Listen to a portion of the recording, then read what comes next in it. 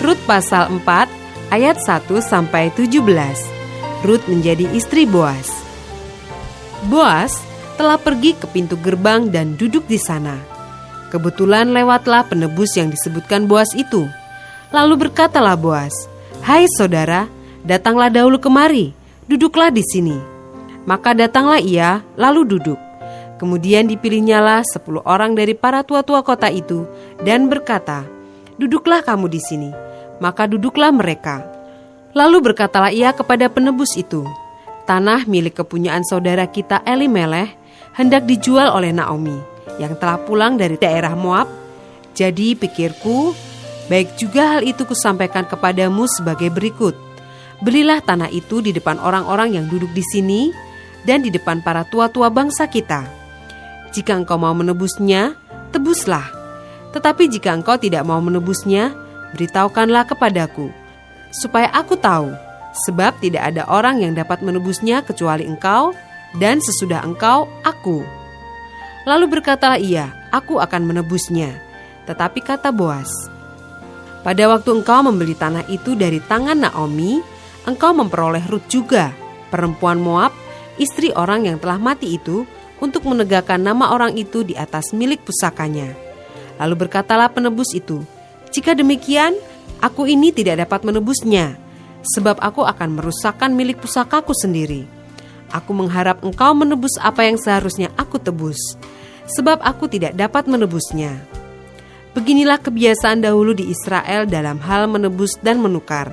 Setiap kali orang hendak menguatkan suatu perkara, maka yang seorang menanggalkan kasutnya sebelah dan memberikannya kepada yang lain.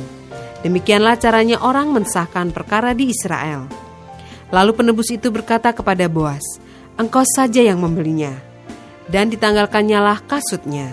Kemudian berkatalah Boas kepada para tua-tua dan kepada semua orang di situ, "Kamulah pada hari ini menjadi saksi bahwa segala milik Elimeleh dan segala milik Kilion dan Mahlon aku beli dari tangan Naomi. Juga Rut perempuan Moab itu, istri Mahlon, aku peroleh menjadi istriku untuk menegakkan nama orang yang telah mati itu di atas milik pusakanya.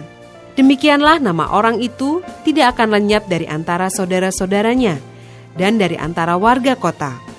Kamulah pada hari ini menjadi saksi." Dan seluruh orang banyak yang hadir di pintu gerbang dan para tua-tua berkata, "Kamilah menjadi saksi.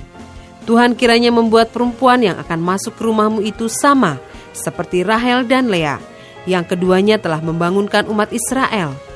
Biarlah engkau menjadi makmur di Efrata, dan biarlah namamu termasyhur di Betlehem.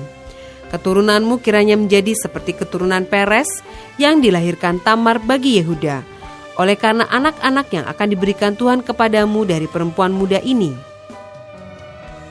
Lalu Boas mengambil Rut, dan perempuan itu menjadi istrinya, dan dihampirinyalah dia.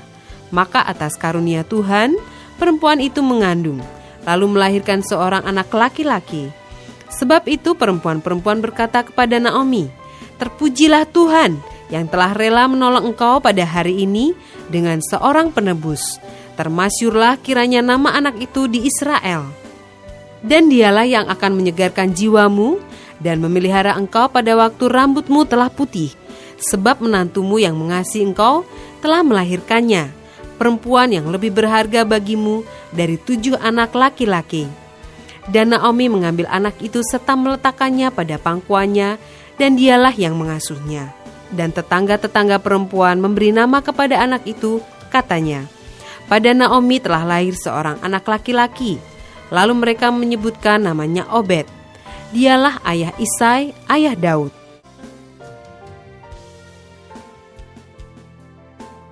Ayat 18-22. Silsilah Daud. Inilah keturunan Peres. Peres memperanakan Hesron. Hesron memperanakan Ram. Ram memperanakan Aminadab. Aminadab memperanakan Nahason.